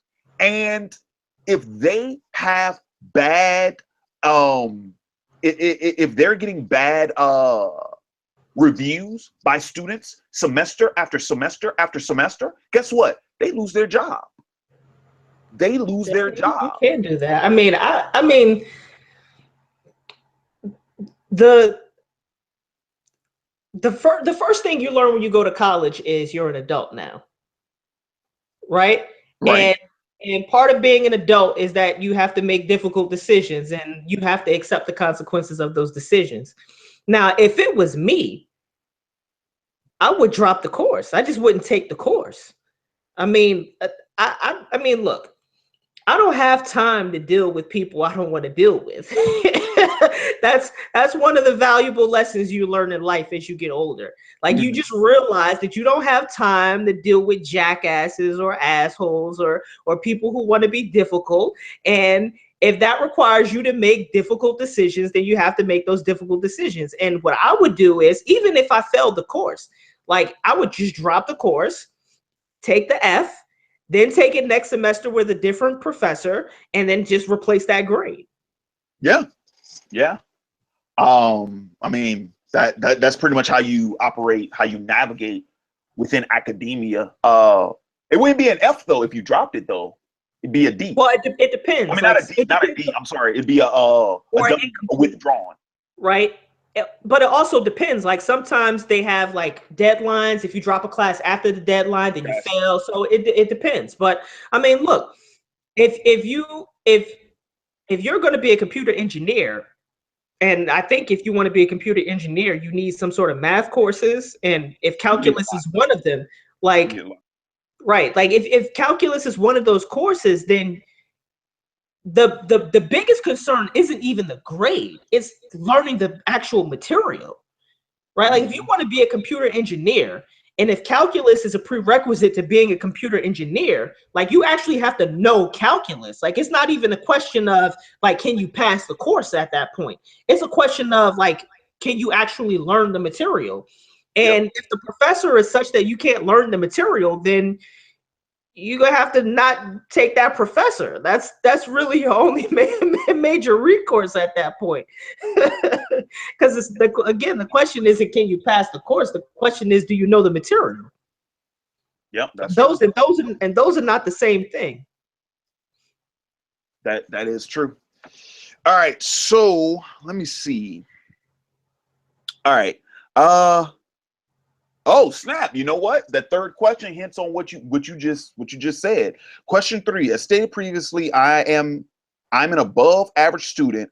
When I was in freshman and sophomore year, I was a terrible student until explicit hit the fan, and I finally realized how education could contribute to a happy life. 4, 5, 6 years from now, I've changed everything about myself, my diet, my study habits, everything. I'm the type of person who looks forward to a challenge, yet I'm struggling because I have no idea what lies ahead, considering I've heard similar things about other math teachers in the math department.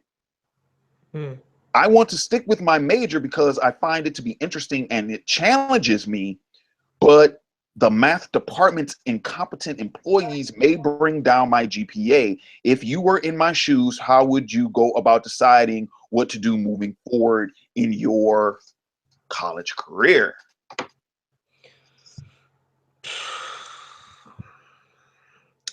That's a tough one, man. You know, like I mean, look, if you're working with people you think are incompetent, like look, you're paying for this, right? I mean,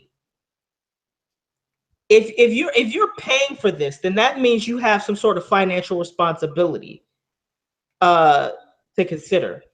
And first and foremost, that financial responsibility is to yourself. In other words, to get what you pay for. And if you think that people are so incompetent that you can't get what you paid for, then you might have to start looking at some more drastic measures, like maybe not going to that university. I don't know. I've never come across a situation like this. I mean, I've never worked with incompetent people before. Everybody I worked with in college was competent, and if they were incompetent, I mean, I can't even say I've worked with somebody who was incompetent. I may have worked with somebody whose intelligence I might not have respected. I may not have held them in high regard or high esteem. But and again, you have to make that distinction between the courses you can pass and the courses you can learn from. Like some courses you just have to take to get the A. Like you might not learn anything, but you got to take it to get the A or to get the B or whatever, to take it to get past it. And another thing is you have to learn how to network. Like you just seem like the type of person, you don't know how to really network. Like you seem to be a good student. Like maybe you study well, maybe you have great time management skills, maybe you're really intelligent, but working at a university is about networking. And one of the things I learned was you have to ingratiate yourself to people who are competent and who like you and who are willing to, go the extra mile for you. Like I had multiple advisors when I was at college, like people I could just come to talk to during office hours, email them. I had lunch with some of my professors, stay after class to talk with them. You just got to find people like that and learn how to network. I mean, it can't be the case that at this university there are no competent instructors in your department. Like that just can't be the case. And also, another thing is like the more in depth you get in a major, the more specialized your field becomes. So you have to find the people who are in the areas of specialization that you want to go into, because math is just general. But within math, there are concentrations. So you got to find the people who do the things that you're really interested in. Here's another thing too. I'd be curious as to how many students who successfully passed that professor has Zach been in contact with? Because here's the thing, success leaves a trail. You want to pass that class, then you need to be hanging out with people who has right, yeah, getting A's, yeah. People who have passed that class with that professor, and you need to figure out how they did it. Yeah. So I'm curious about that too. And also, I mean, and I know it also depends on the university too, because every university has its courses that are, I won't say they're designed for you to fail, but they're designed for it to be like really, really hard. Readout courses. That's what they're right. Yeah. Readout. Like there was this course at Rutgers University called XPOS 101. And in that course, like I think 60% of people who take the course the first time fail.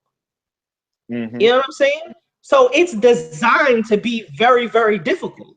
It's designed to be hard. And maybe this course is like that. Because I know there was some like pre-med courses at Rutgers too, where people were like happy to get C's on their tests. And you just had to be happy getting a C, and that had to be okay. Dude, I remember I think, yeah, my third semester in school, my sophomore year, was the first time I ran across weed out courses. And I knew they were weed out courses because both of these courses were mandatory. And guess what? Only one professor, meaning you have to pass that course with that professor in order to move on. And I took both of them in the same semester right after each other, which was stupid because they were studio courses. 2 hours and 45 minutes apiece. And I had a 15-minute window in between both of those, dude. I mean, dude, that was probably the hardest year of school I ever did. Even harder than my freshman year when I took 18 credit hours each semester. But dude, the first one was figure drawing. And that one very much, dude, it was crazy because this is what would literally happen. This is what happened. Every week we would get together and we would figure draw. Sometimes we would have skeletons, sometimes mannequins, sometimes we would draw each other, sometimes we would have live models. And then, and so we would do this, and then midterm happens, and you have to do a midterm portfolio submission, right? Guess what? The teacher graded everybody harshly off of their midterm, and guess what? Like 80% of the people dropped out. They dropped the class. And then lo and behold, I found out by the time I got to the class, most of the people would have actually ended up passing if they would have just stayed in the class. Right. And another thing too is like, this is calculus, right? If you want to go into math, you do realize that there's more than one calculus, right? This first calculus, there's the second calculus, third calculus. Like, there's more than one calculus. And these are abstract mathematical principles, and it's really, really difficult. Maybe you're not supposed to get that 3.8 in this course. Maybe that's not what it's going to be.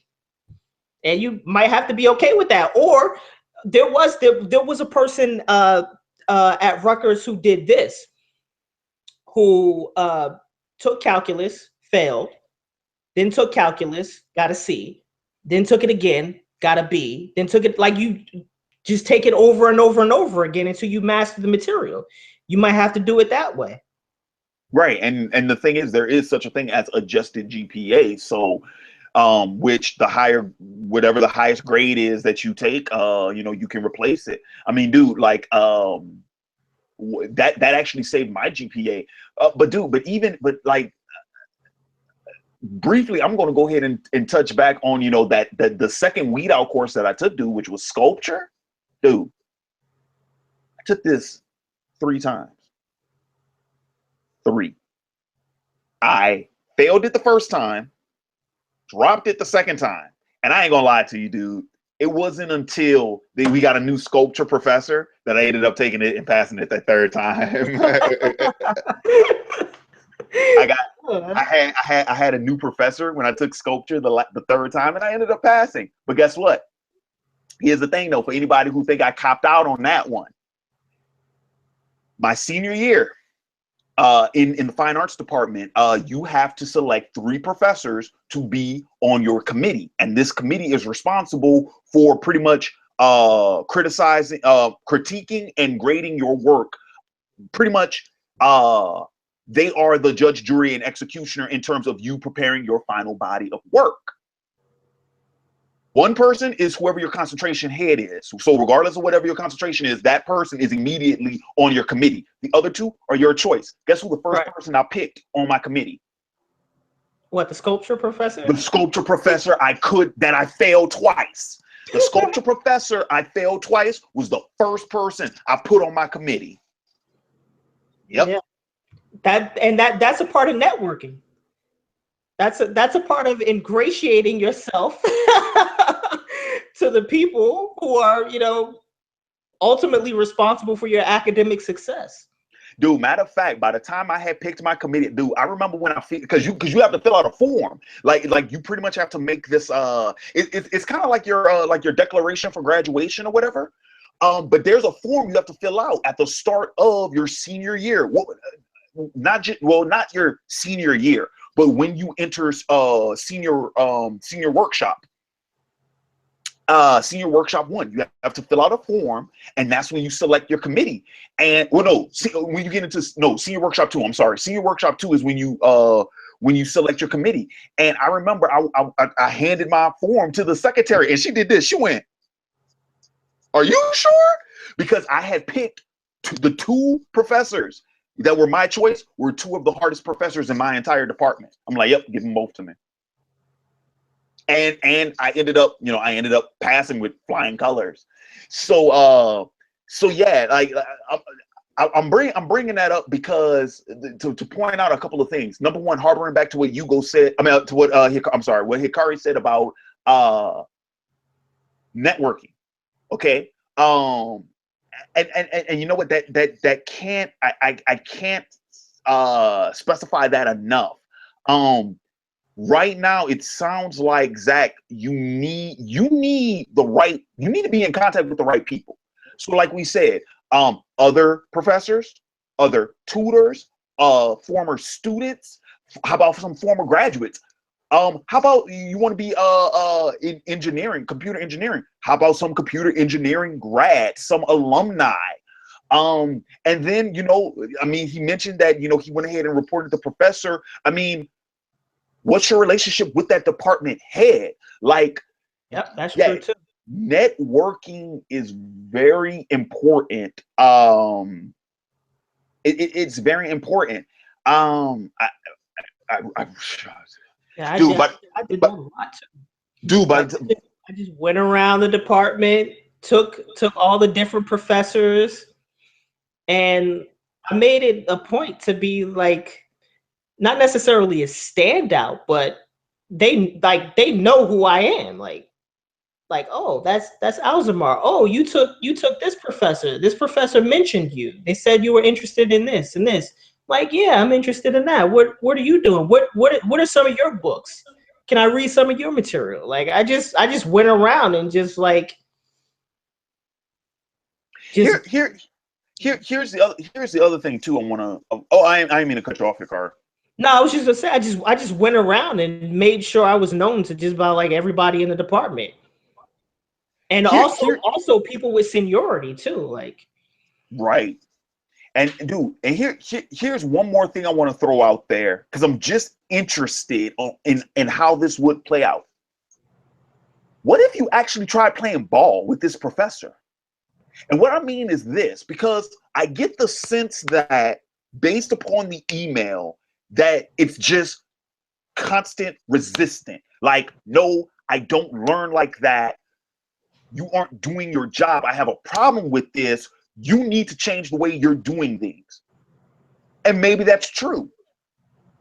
But what happened, what had happened, or what would happen if you're like, okay, how do I learn this material his way? Like, what happened if you actually played ball with him?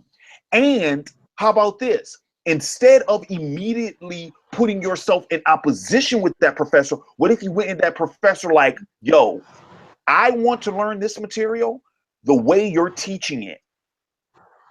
How do I do that? Have you gone to the professor and be like, how do I learn? How do I learn from you? I want to learn from you. How do I do that? Right. Because here's the thing. Teachers are a lot more willing to help you if you, I mean, some teachers, yeah, you have to kiss their ass. Let's be real about that. Some, you do have to stroke their egos.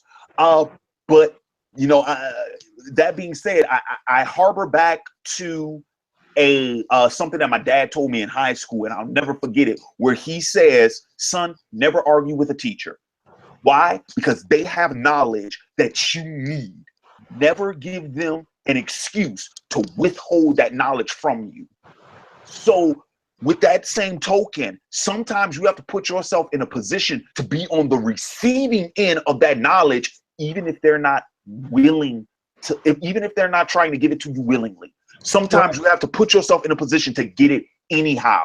And one of the best ways to do that is to get in good with that professor.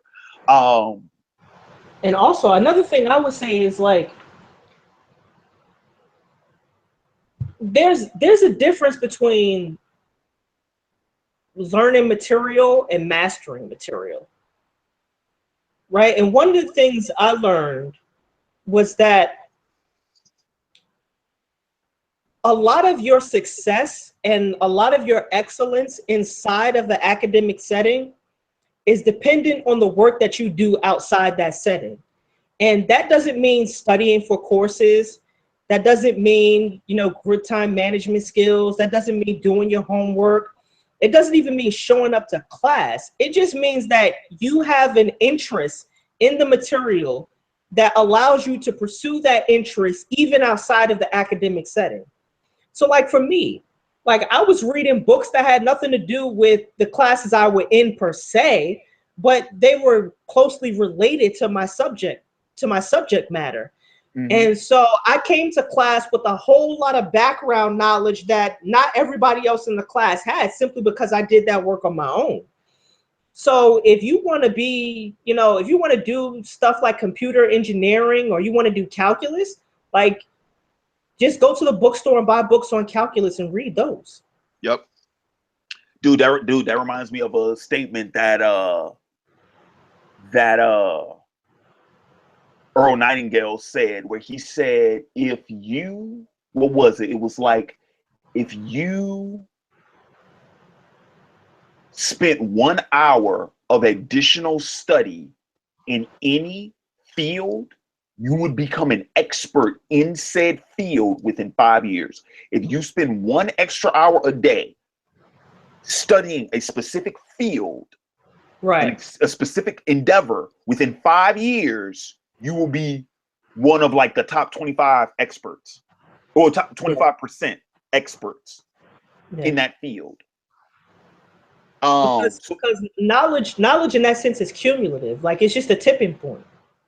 Right. Exactly. This is exactly what I'm doing right now. So like, for example, like my area of study was literature of the African diaspora. So it was a combination of like women's and gender studies, but also philosophy, also some economic capitalism, and the way that the transformation from proprietary to corporate capitalism influenced culture and ideas and literature. But so I wanted to study literature of the African diaspora. But one thing that I'm also interested in is the formation of race and the formation of racial identity. And I can't get that from studying literature. I have to get that from studying history. So what did I do? I said, well, look, I should start studying the history of race and racism. I want to get my PhD in literature, of course, but I need that background information in order to understand the historical formation of race and racial identity and its link to literature of the African diaspora.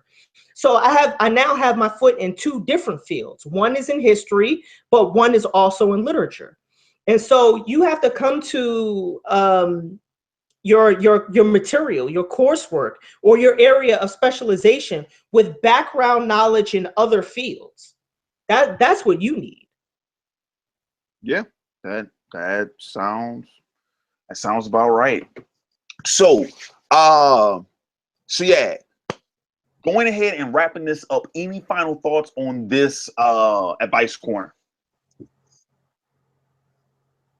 I think I said everything that needs to be said. I mean, look, you got some tough decisions to make. You either keep the course and keep trugging along the way you're doing now, or you drop the course and retake it. I don't think it gets much easier than that. That's a pretty simple decision. Yeah, and I would also say, even if, by the time you're seeing this video, like maybe, if you haven't dropped the course by now, hopefully you're doing well in the class. And if you're not, dude, there's no shame. That's okay too. Well, yeah, that's what I'm saying. It's like, even like, okay, here's shit. And I really could do a separate video about this too, but it's like, dude, like too often, graduating in 4 years, graduating with a certain GPA, like that is overrated. In a lot of cases, that's overrated. But the thing is, it's like your GPA is high enough to where you can actually afford to take a hit. especially if you're retaking the class and if you use your adjusted GPA and you do better next time. The other thing I would highly recommend is like, okay, you can drop the course, or you can just go ahead, take the lick, you know. In either case, retake it with another teacher. But here's the other thing too. Even if you don't drop that course, and even if you decide, yeah, you're going to take that lick, or even if you're trying and you're failing at it, go to every class. Keep going to that class. Right. Keep yourself around and engage in that material. Why? That way, when you retake it that second time, you're not starting from scratch. All right. You already know what it is you're getting yourself into. So you have some frame of reference to where you can start out. You will already be ahead of everybody else in that class when you take it that second time, because you've already been there before, which is another reason why I highly encourage you, get in contact with people who have already successfully passed that class. All right. Because they have the information you need in order to get you there as well. And I just want to emphasize this too. Like, again, there's a difference between passing a class and mastering the material. And it seems like what you want to do is master the material. You don't just want to pass the class. And sometimes mastering the material requires you to do more than what's required to pass the class. Well, it does. By its very nature, it demands it. That's, I mean, and dude, I've been studying art since I was 8 years old. So I've been doing art for 20 years. I ain't a master at it. Not even close. Yeah. I'm still not a master at it. And yeah, here's the other thing too. If you want to master that material, don't arrest yourself with that expectation in one semester. You got time to do that. That's true too. That will, matter of fact, that will actually come the more classes you take, is when that will come. And hell, it might not even come until you're actually doing this professionally in your field. It might not come until then. Right. So don't let yourself be arrested with that expectation, because then if you do that, you're putting way too much pressure on yourself, to the point that every shortcoming, you'll just bury yourself in it, and you don't want to do that. You want to remain practical. Right now, your main I was just about to say that. Yeah. It's also a question of practicality too, because computer engineering isn't just something like theoretical. That has practical applications. And like, what you're going to be doing in computer engineering when you become a professional in your field is not the same thing as what you're going to be doing inside an academic setting. No, it's not. It's not. And some of the stuff that's even required for you to learn in order to get your degree, you don't even need in whatever job it is you're actually doing. Right now, your main concern is passing the class. All right. And the manner in which you pass that is going to determine a lot of things, because I'm pretty sure you got to take another calc after this. All right. So depending on how well. Yeah, so it's like, depending on how well you do in this class, like, even if you pass by the skin of your teeth, that's going to set something up for that next class you got to take. You know what I mean? So that's why, once again, like we've been saying, make sure that you get connected with the right people. Make sure that you are making the most out of the resources at your disposal. And if you don't have those resources, make sure that you find a way to get those resources, because this fight is not, if this is Calc 1 that you're having trouble with, your fight ain't done. It ain't over yet. Yeah. You just getting started. You are just getting started. So the best thing you can do, condition yourself with this material now. Condition it now. All right, so that's going to go ahead, and that's going to wrap up our advice corner. Once again, I want to thank everybody for joining us live, all 63 of you all who are tuning in right now, and I want to thank everybody for watching. If you're watching after the fact, once again, if you have any type of issue that you need advice on, anything within reason that you think we could help you out with, please feel free to shoot those to me in a personal email at otakuassemble@gmail.com. And please, if you can, because I got another email where it was like, it didn't even say if it was an advice corner or a discussion of the week. yeah, please feel free, put that in the title of the email. Let me know what it is. You know, it's, oh, this is an advice corner, and please, by all means, go ahead and title it, because I'm gonna be using, because I think Zach came up with a pretty good title for this one. I'm gonna use his suggestion. Okay, so yeah, so once again, if you got an issue you need help with and you need advice, shoot that to us at otakuassemble@gmail.com.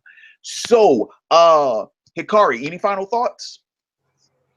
No, I think we covered it. All right, once again, I want to go ahead and thank my man Uber Hikari once again for joining me for another live stream, another edition of OAW Late Night. And with that being said, this has been Larry Williams, OAW Commander-in-Chief. This was your boy Uber Hikari, aka the Nerd Nigga. And we are signing off. Until next time, peace.